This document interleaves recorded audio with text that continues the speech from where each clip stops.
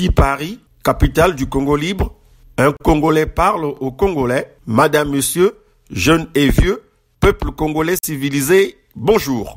Dites au mec de débarrasser le plancher, s'il vous plaît. Jamais. Alors jamais de mémoire de journaliste et ou d'indigné, je n'ai connu et ou vu au Congo Tricheville, ex-Brazzaville, un homme qui se fait passer pour président de la République, se faire aussi rabrouer, être traîné dans la boue ainsi.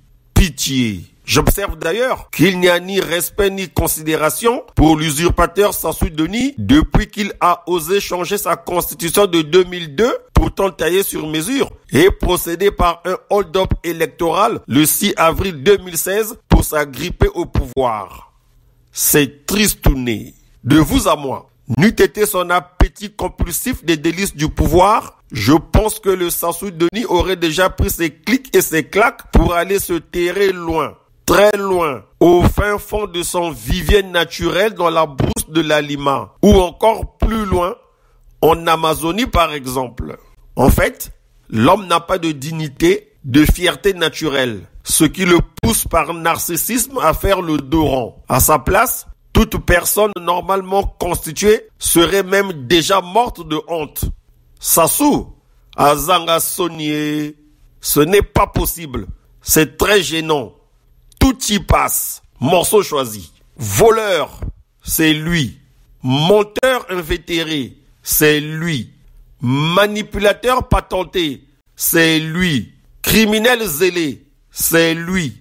Coureur de jupons, comprenez par là, celui qui fait la main aux femmes et enfants de ses collaborateurs, c'est lui. Spécialiste des coups tordus, c'est lui. Et puis quoi encore? Tout ce qui est mauvais pour le commun des mortels, c'est lui.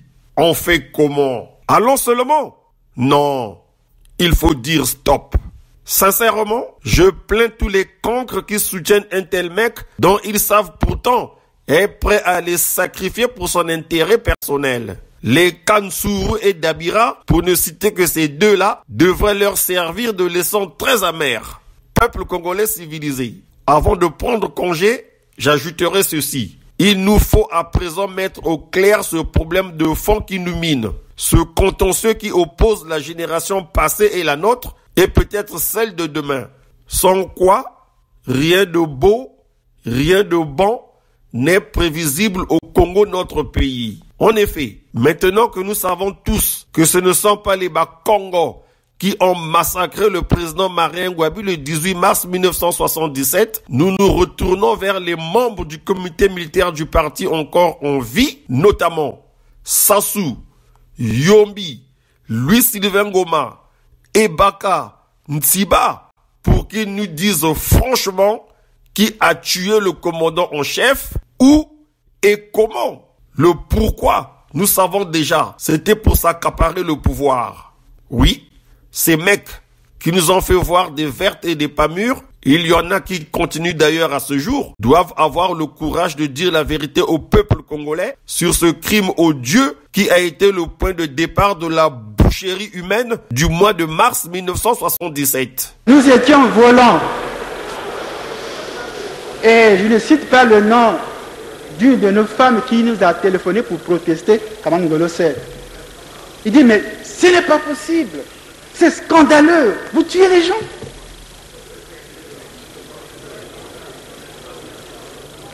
Et nous avons dit, il fallait tuer les frères Kouyou. C'était pour éviter qu'il y ait une guerre civile. Nos frères à nous, on les a tués. Monseigneur,